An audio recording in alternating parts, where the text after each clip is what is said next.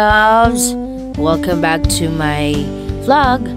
Mga kalabs, paalala ko lang sa inyo mga kalabs sa darating na New Year, mag-ingat tayong lahat at huwag tayong basta-basta magpapaputok at baka tayo ay mapahamak.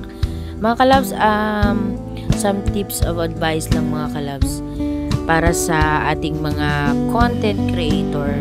Huwag tayong masyadong magpaka-stress pagdating sa pag-upload, pag-isip ng mga content kasi pag lalo tayong nai-stress at lalo tayong nag-iisip na dapat ma-monetize na tayo at dapat kikita na tayo, lalo tayong mape-pressure at pag nape-pressure tayo, malamang mga kalabs ay darating sa point na mawawalan tayo ng ganang gumawa ng content kasi nga iniisip natin dapat ma-monetize at kikita agad tayo.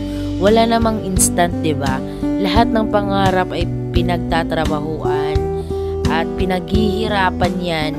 At pag dumating yung time na 'yon na inihintay mo, nakikita ka na nga sa pagbo-vlog, mas masarap sa pakiramdam yun mga kalabs. Kaya for now, ang may advice ko lang sa inyo ay mag-enjoy lang kayo, mag-upload ng mag-upload. Katulad ko, nag-upload kahit na hindi pa ako na-monetize. Though, eligible na akong kumita ng pera pero hindi ko pa namimit yung standard ni Lolo Mets.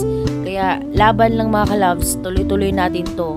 Habang may ginagawa tayo, for sure, meron din tayong iniintay na darating, 'di ba? Pero wag lang too much expectation kasi too much expectation talagang nakakasakit ng damdamin at nakakaguho ng mundo 'yun.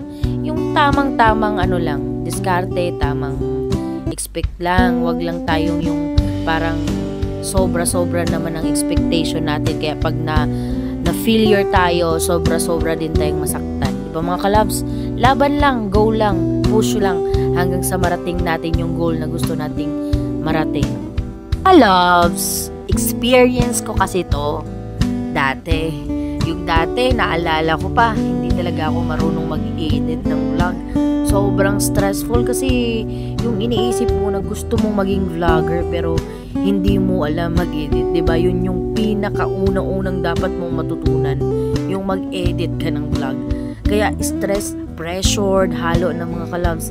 At lalo na nung time na natuto na akong mag-edit at nakikita ko yung mga dumadaan sa wall ko na mga content creator din, na mga mararami ng followers, mararami ng subscribers, di ba? Parang nape-pressure ako. Sabi ko, sana ganyan ako sa kanila, sana ganito ako, sana kikita na rin ako.